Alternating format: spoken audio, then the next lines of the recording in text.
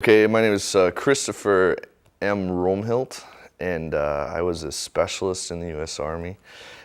And I recently got out in August of '07, okay. And I left out of Germany.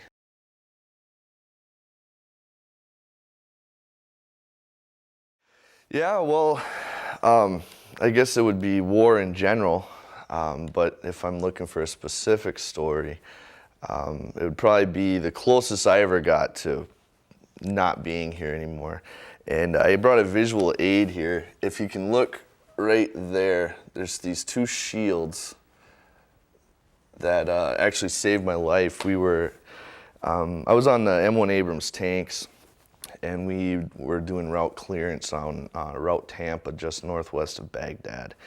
And we got a lot of IEDs. In fact, in the months of June and July of '06, we were the most attacked road on the planet as far as IEDs go. So we saw a lot of them. And we were pretty accustomed to dealing with them. And it was really stupid, but we were in a habit of just looking into IED holes to see if there was IEDs in there. And for all those who don't know, IEDs are improvised explosive devices, roadside bombs. And I leaned over the side of the tank at a specific one, and I had this gut feeling that there's something in that hole. And I went up there and crept the tank up, and I leaned over the side, and right as I leaned over, the guy blew it up, and it blew up right in my face. And there was a bunch of, the picture I just showed, there was a bunch of shrapnel marks all over it and right where my head essentially was. And I also caught some shrapnel in my safety glasses that we wear. So it knocked me out, as you can imagine. It's a pretty big blast. It was a 155 round, which is a pretty big round. And it got blown back into the backside of the turret.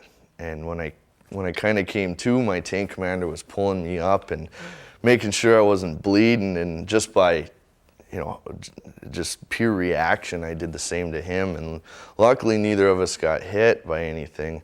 But then we looked up, and there was hunks of concrete about this big raining down on us, hitting us in the head and stuff. So it was a pretty sticky situation, as you can imagine. Probably, like I said, it's the closest I ever got to getting killed.